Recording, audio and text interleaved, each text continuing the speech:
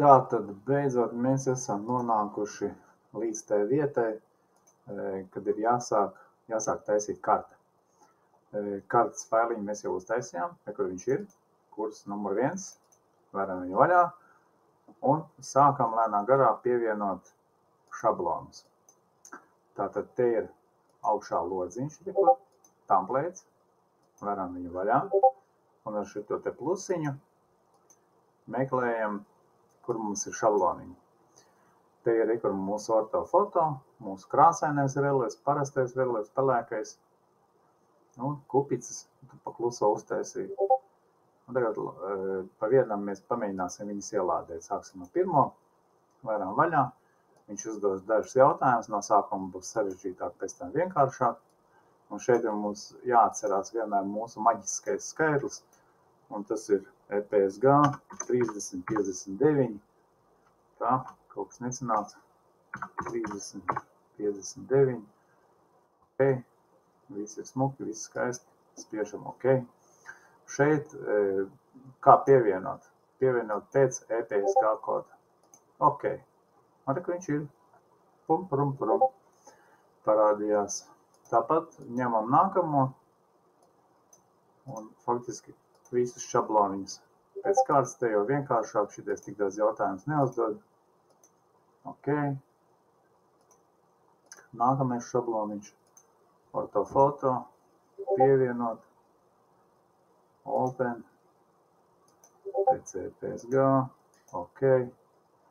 Un kur viņi visi kaut kādā savā secībā viņi te ir. Ja gribam pamainīt secību, ar būtiņu var pabraukt uz augšu, ar būtiņu var pabraukt uz leju, kā vēlaties. Var noņemt nost, var viņu padarīt, piemēram, caurspīdīgāku, tad varēs redzēt caur reliefu. Nu, tā. Un, ko es gribu atzīmēt gribu to, ka izšķirtspēja ortofoto šablonam ir ļoti augsta. Jūs tur variet viņu koriģēt, to izšķirtspēju, kādu vēlaties, kādu jums nepieciešama. Un salīdzinājumā, piemēram, ar Okadu, Okadam arī ir VMS servisi. Nevis arī, bet Okadam ir VMS servisi. Un viņam arī var pieslēgt klāt LVM Geo, bet tur tik augsta izšķirtspēja nav. Un es nezinu, kāpēc, bet jā, šeit paši izgatavotajos šablonos ir daudz labāk, daudz smukāk. Tātad tā. Nākamais, ko mēs ļoti droši vien ilgi gaidījām, tās ir augstumlīknes.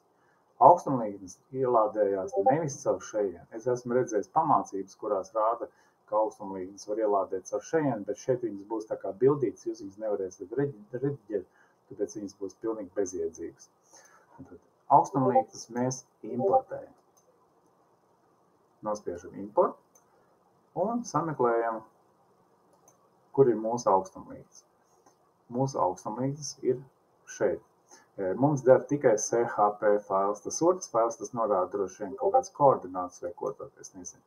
Mums der CHP fails, šeit fails saucamais. Tad ņemam, piemēram, līkni, 5 metri, atvērt, ok, te mums nekas nemainās, te, kur ir mūsu līknītes. Kā mēs ieteiktu pievērst uzmanību, kā darbojās tas OMAPers, jo, piemēram, dažreiz gadās, kad, piemēram, tajā kuģī kaut ko izdara nepareizi, tad zem katras augstumlīknes ir vēl 50 augstumlīknes. Viņas vienu otru pārklāja, un tas fails kļūst tik smags, ka tā programma vispār knapi darbojās, nevelk vairs. Un to uzreiz var just. Un vēl ko vajadzētu viņas ģeneralizēt, tie ir miljons visi, punktiņi. Lai viņi nav tik daudz, tad ar šitiem te rīkiem es tikai vienu uztaisīšu, jo, ja es taisīšu visu, tad mēs pusdienu gaidīsim. Ar vienu, piemēram, nospiežu iztaisnot to līniju. Parādās tādas te līknītes.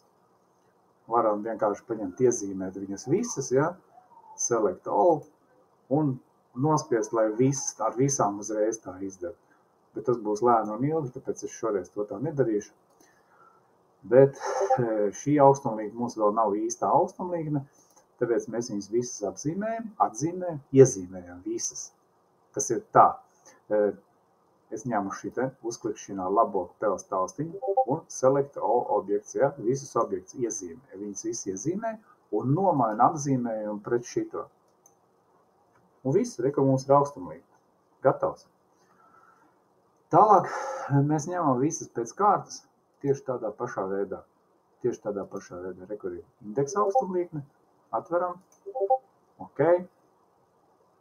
Viņa jau tur visi ir saglabāta. Nomainam pret augstumlīknes apzīmējumu. Re, kur viņš ir. Augstumlīkne, tas ir indeksa līnija 1, 2, 3, 4, 5, augstuma tā indeksa līnija. Atkal 1, 2, 3, 4, 5, indeksa līnija. Viss gatavs. Tieši tādā pašā veidā pievienojam formas līniju. Tātad ok. Un nomainām viņu pret formai. Tā.